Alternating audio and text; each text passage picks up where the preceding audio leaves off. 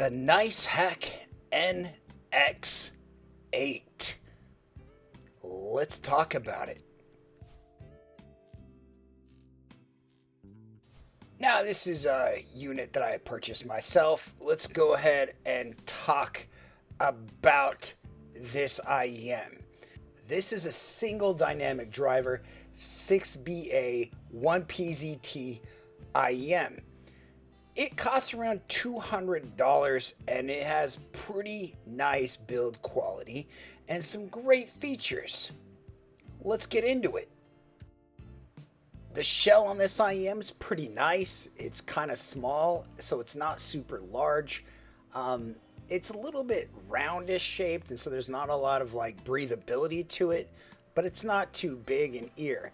Now it does have a nice nozzle. You can see kind of a golden tipped nozzle here with a metal grate, but it doesn't really have a lot of contouring, which can be a problem. There's good venting on this. It's a flat 2-pin cable connector. A very nice faceplate. Looks like space. I really enjoy it. The case is really nice. I enjoy the case a great deal. It's one of the nicer cases I've ever seen. It feels leather. It feels premium. And it's just a very nice case. It's one of my favorite parts about this IEM overall. It comes in 4.4 and 3.5. You'll see the NiceHCK little label here. It's kind of a nice spongy 2-wire cable with a nice Y split. Its chin slider does stay in place. You can see here. You can easily tell what side to put in. I really like the color when it's red and blue to represent right red and blue left. It's really easy to tell. Ear tips on this are really nice. Comes with a cleaning brush. Accessories are very acceptable. So how does this sound? It's not bad. It's not fantastic. It has some interesting qualities that we're going to get to in the graph section. But overall, I find this to be a very enjoyable set with some problems. So let's talk about those. Let's talk about the graph. Nice basic graph. A little bit of a warm set. You'll notice kind of a slight V set, and you'll kind of notice like the treble's not as extended from here. I had a hard time matching this up at 7K, so this might look a little bit different if I was able to do that. But I did the best I could. I just couldn't get it to match up. So, I mean, graph overall is really nice. It looks like a lot of other IEMs, but in ear it does feel dark, a little bit muddy, and not super technical for its price. Now, to better quantify that, I'm going to do some comparisons, a comparing of a bunch of other products at this price. But first, I wanted to compare to some other NiceHCK products. Now, I have reviewed the NF1 Pro, which, you know, it's a planar. It's not that exciting. I have another planar on my desk that I'll be reviewing in the next week or so. They're already T10 Pro, which I think is a really excellent set. But like, it doesn't, you know, it just wasn't that cohesive for me. A little bit too V, a little bit too bright. I do think, you know, the NX8 is a lot better of a set. It is more neutral, and it just does a really nice job overall of sounding good. It's just $200 is a lot to ask for. Now, I also reviewed the NiceHCK DB2.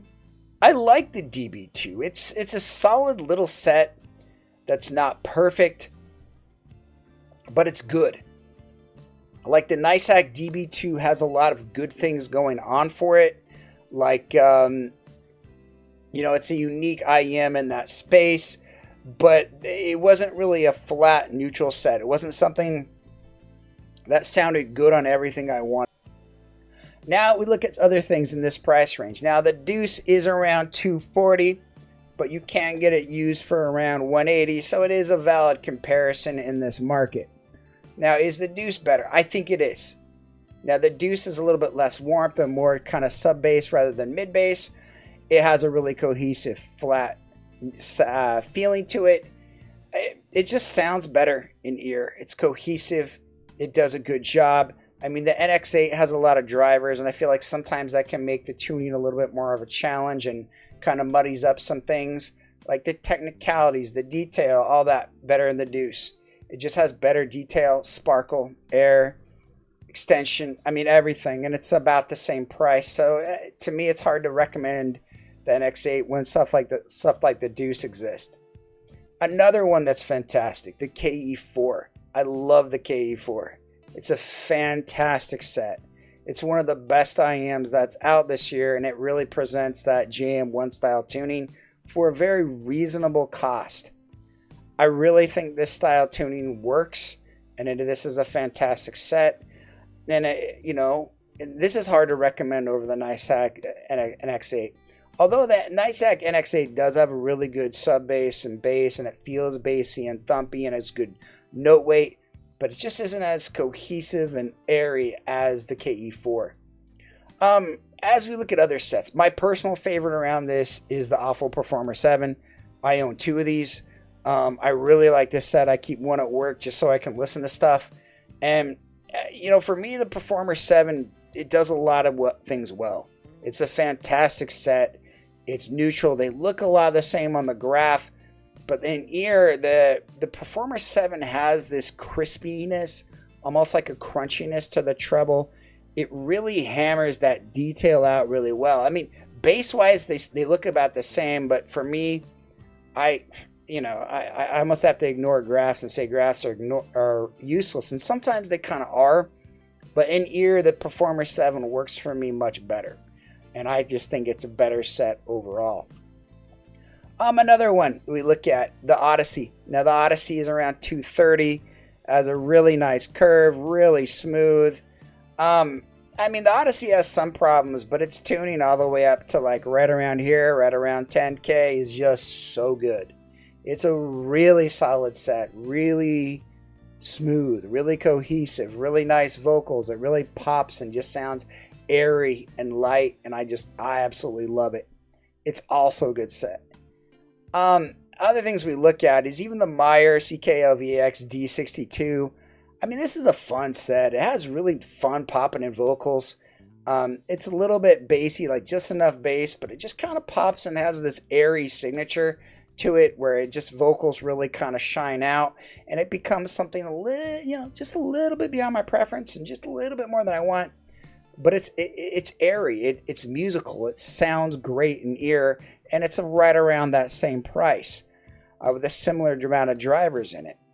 For me, it's hard recommending the NiceHCK NX8 when there's other stuff that's come out recently that is just so good. And so that's kind of where I'm thinking. Okay, the NiceHCK NX8. Let's rank this guy up. I think this has a lot of qualities. Like, it has really nice bass. Its mids are pretty good. Its highs are kind of dead to me. It lacks extension. It has nice thick note weight, but it doesn't really image very well because it has that great note weight. It has a decent soundstage and air to it, but it's just overall a little bit of a muddied set at this price point. It gets a recommendation, but it's a competitive market, and you got to think about what you want. The NiceHCK NX8, it's a solid set. It's beautiful, it has a nice cable, has a nice packaging, one of the best cases I've seen at any price point. And it has an alluring feature set to it. And sonically, it is not bad. I could see some bass heads really liking the NX8, as it just feels thumpy and strong, and I feel like its dynamic driver is doing some great things. Does this represent something where I feel that this is an absolute sonic value? Not really. I feel like it's just okay. I feel like it needs a little bit more treble, a little bit more air, and it just kind of represents an okay presentation for me and for my ears. That doesn't mean I think it's bad. I don't even think it's mid. I think it's a good set, but it just comparison to other sets in the price range, I just think it's okay. If you could pick this up on slight discount, I would highly recommend it, or maybe in the used market. It might be a very competitive $150 set, and you might love it depending on your preference range. But again, for me, I just think there's other ones that I personally would go for. But at the same time, it's really not bad. It does have nice bass. It is thick, but it it doesn't have the air and the extension that I want to have. And that sometimes for me is the hardest thing for me to do, is not to call an IEM fantastic. It's to call an IEM slightly problematic. And that's kind of how I feel about the NX8 and my experience with it. But again, it's not to the point where I want to just yell and scream at people, oh, it's terrible. Because it's not terrible. It's just slightly dark. And that might work for you depending on what you want. But I think there's other IEMs that you can get that'll be a little bit better than this for even cheaper. Thanks for watching. If you guys have any questions, leave them in the comments below. And I hope you guys have a great day. Bye-bye.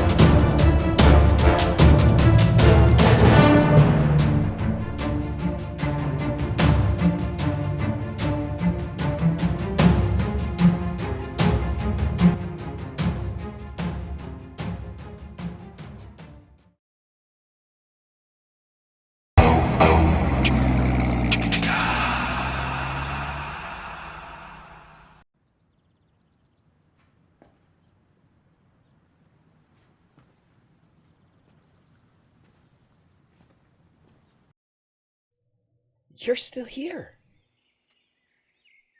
It's over. Go home. Oh, you're expecting a teaser for our next video. Well, we don't have that kind of money. What are you expecting? One of those store reviewers to show up in a saucy little leather number? Go. Oh, I can tell you one thing.